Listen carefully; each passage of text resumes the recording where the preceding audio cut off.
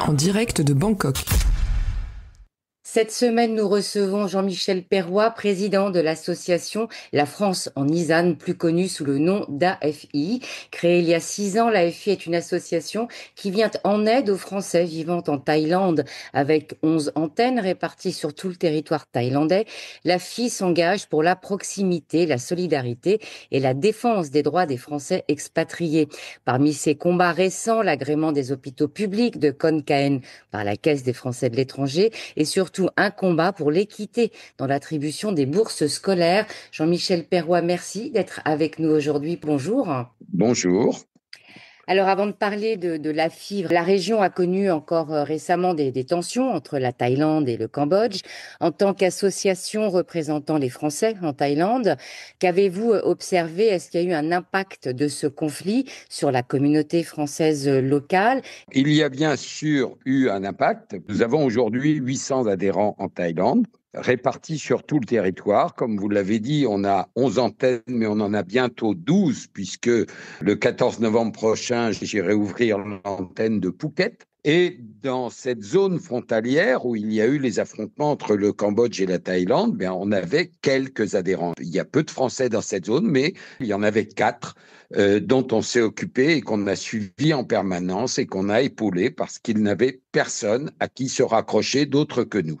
Les gros problèmes qui sont survenus, c'est surtout les évacuations, puisque c'était des gens qui habitaient la zone frontalière et qui ont donc eu 1 heure pour faire leur bagage et partir, être évacués vers une zone à moindre risque, puisqu'il y avait une pression très forte du Cambodge à cet endroit-là et de nombreux tirs, puisqu'il y avait des gens dans la région de Kantaralak notamment, là où une roquette est tombée, c'est là où il y a eu le plus de morts civiles. Et puis, il y avait les batteries de réponse Thaï implantées aussi côté thaïlandais pour répondre aux bombardements cambodgiens. Les gens ont été évacués à peu près 6 jours. Dans le même temps, il y a eu 300 000 personnes civiles thaï qui ont été évacuées de la zone, qui a limité considérablement le nombre de victimes civiles. La réaction de la Thaïlande a été immédiate et très rapide en évacuant les populations.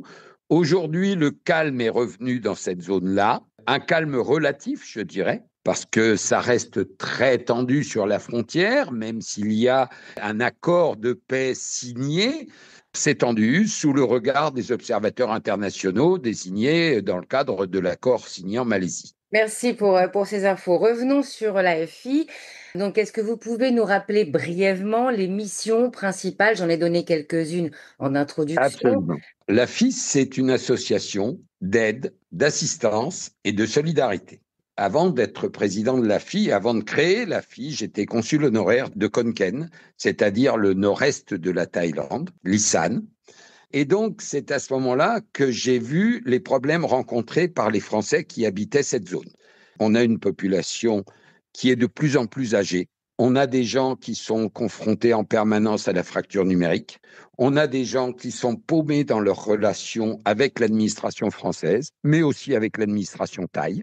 Et notre rôle, c'est de les aider, en fait, à mieux vivre leur expatriation et à surmonter les difficultés qu'ils rencontrent. On a démarré par un certain nombre de services apportés aux gens. Le premier qu'on a créé, c'est se rendre compte que les gens sont ici assurés. Ils peuvent être assurés à la CFE, dans des compagnies privées, n'importe où, je veux dire. Et ils ont un accident grave. Leurs compagnes thaïlandaises ne savent pas se débrouiller avec les problèmes d'assurance. Et donc, on a mis en place un système où on se substitue aux Français en cause. Et on a les références, nous, qu'il nous donne dès son inscription, de toute sa compagnie d'assurance, etc. Et on fait le relais pour obtenir très vite les prises en charge médicales. Parce que en Thaïlande, si vous n'avez pas recours à une prise en charge de votre assurance, il n'y a qu'une autre solution, c'est la carte bleue. Et sinon, il n'y a pas de soins. Donc, il faut aller très vite. Donc, moi, j'ai dans mon téléphone les plus de 800 maintenant, membres de l'association, avec toutes leurs références, etc. On m'appelle, je réponds 24 heures sur 24, 7 jours sur 7. Ça a été le premier service. Le deuxième service, dans l'ordre qui a été mis en place, c'est les pensions de réversion. Ça, c'est effectivement un sujet important. Je le rappelle pour les épouses thaïlandaises de ressortissants Voilà. français qui rencontrent des difficultés pour percevoir la pension de réversion. Elles ont les mêmes droits qu'une épouse française. Leur mariage a été enregistré à l'ambassade, elles ont donc exactement les mêmes droits. Alors on intervient non seulement pour les femmes thaïlandaises, mais aussi pour les femmes françaises de conjoints français, parce que faire un dossier de réversion, ça n'a rien d'évident.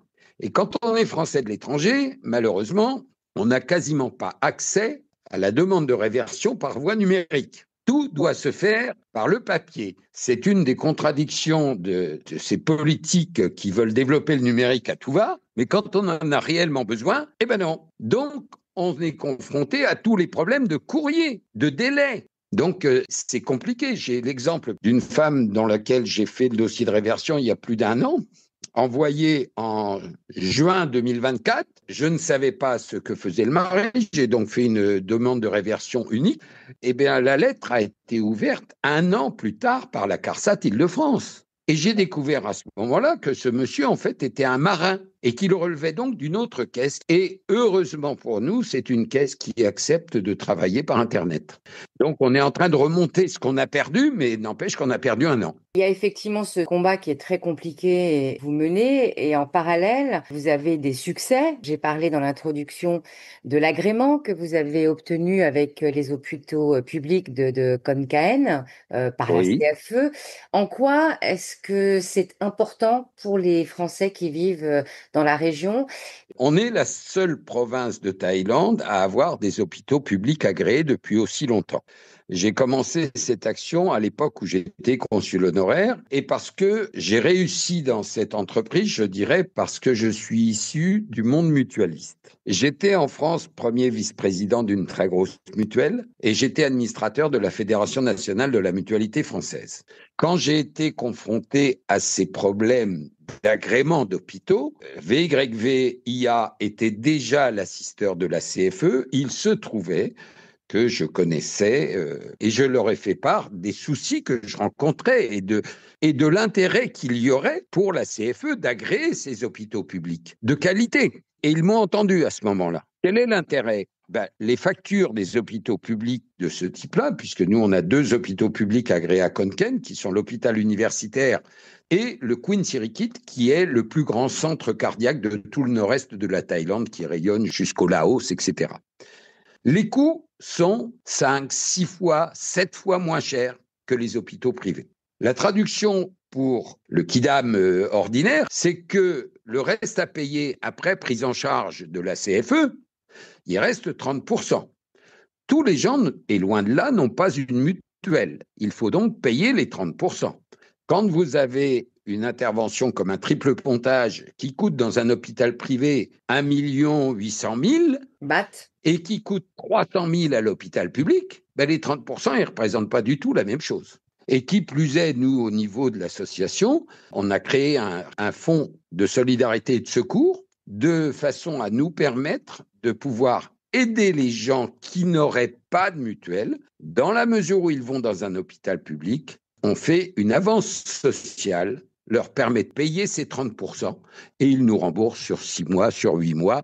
Est-ce que vous avez l'optique de l'étendre à d'autres hôpitaux publics dans la région en dehors de Khon Kaen? Nous avons sollicité, et j'ai sollicité à plusieurs reprises la CFE sur ce sujet. Malheureusement, c'est fin de non-recevoir à chaque fois. Il y a énormément de combats. Je sais que l'AFI en mène beaucoup concernant les bourses scolaires. Je sais que c'est un sujet qui vous tient à cœur pour combattre justement les inégalités pour les enfants français à l'étranger. Alors, est-ce que vous pouvez nous en parler?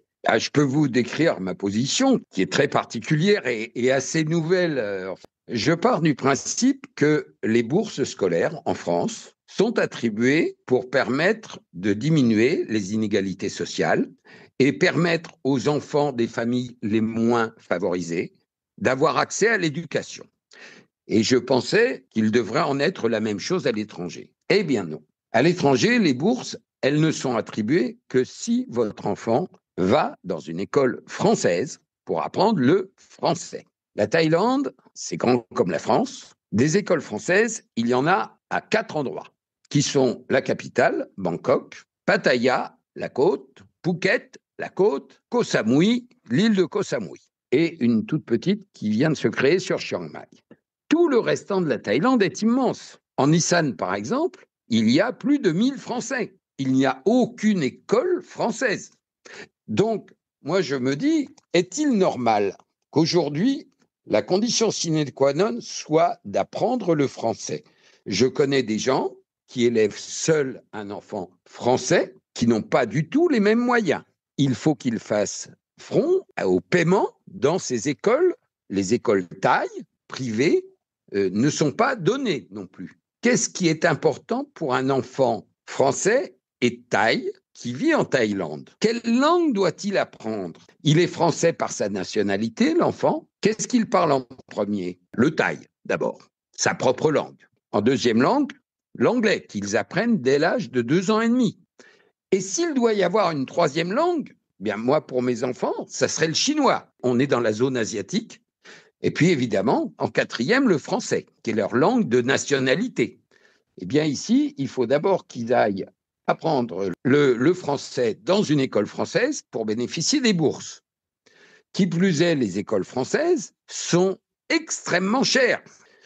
Une scolarité pour un enfant d'âge primaire est à environ 460 000 bahts par an, c'est-à-dire 15 000 euros. Sans bourse, inutile de dire que c'est mission impossible. Alors, effectivement, il y a les bourses, mais je pense qu'il faudrait que ces bourses puissent aussi être, comme en France, destinées aux familles et en fonction des revenus des gens, et non pas seulement en fonction du critère de l'apprentissage de la langue. Ce combat, vous le menez auprès de qui? Alors, je l'ai développé au niveau de l'ambassade. Nous avons fait un cahier d'acteurs dans le cadre des assises de la protection sociale des Français de l'étranger où on a développé ce sujet. Ces cahiers d'acteurs, ils ont été rédigés après avoir rencontré les Français dans toute la Thaïlande. Aujourd'hui, pas de retour. Vous savez que depuis les assises des Français de l'étranger, les retours sont très minimes, je dirais. On terminera avec cette question, mais quelle est la suite pour la France en Nissan? Au niveau bourse scolaire, vous n'allez pas vous arrêter là. Je pense que vous allez continuer à faire que ces On familles se fassent continuera entendre. malgré les difficultés parce que monsieur l'ambassadeur m'a objecté que les règles étaient celles-là. Je lui ai répondu, certes, les lois sont celles-là aujourd'hui. Notre rôle, c'est de faire changer les lois quand elles ne vont pas. Donc le combat sur les bourses scolaires continue. Concernant les pensions de réversion, pareil, vous continuez aussi votre combat là-dessus? On continue et on continue surtout à effectuer le service. Actuellement, j'en suis arrivé à peu près 70 dossiers. La population française qui vit en Thaïlande est âgée. Il y a de plus en plus de décès. Quel message vous souhaiteriez aujourd'hui adresser aux Français de Thaïlande qui écoutent et comment est-ce qu'ils peuvent venir soutenir l'AFI? Rejoignez-nous et aidez-nous car nous ne vivons que des cotisations. Oui. On laissera, nous, bien évidemment, les informations sur l'AFI Thaïlande sur la page de Je vous en remercie. Et dernière chose, si vous me le permettez, Je vous en prie, allez-y. la poursuite de nos actions, eh bien, c'est que nous présenterons une liste aux élections des conseillers des Français de l'étranger lors des prochaines élections, car il nous semble qu'il faut porter au cœur même du Conseil consulaire l'ensemble des paroles des résidents des Français. En mars prochain, l'AFI Thaïlande conduira Aura une liste, elle est faite et elle est formée de gens issus de l'AFI, bien sûr, et qui sont issus de toute la Thaïlande. Vous serez la tête de liste? Oui, je serai la tête de liste. Merci Jean-Michel pour votre engagement et pour ces éclairages sur les défis et les combats menés par l'AFI Thaïlande. Merci, au revoir. Au revoir. C'était lesfrançais.press.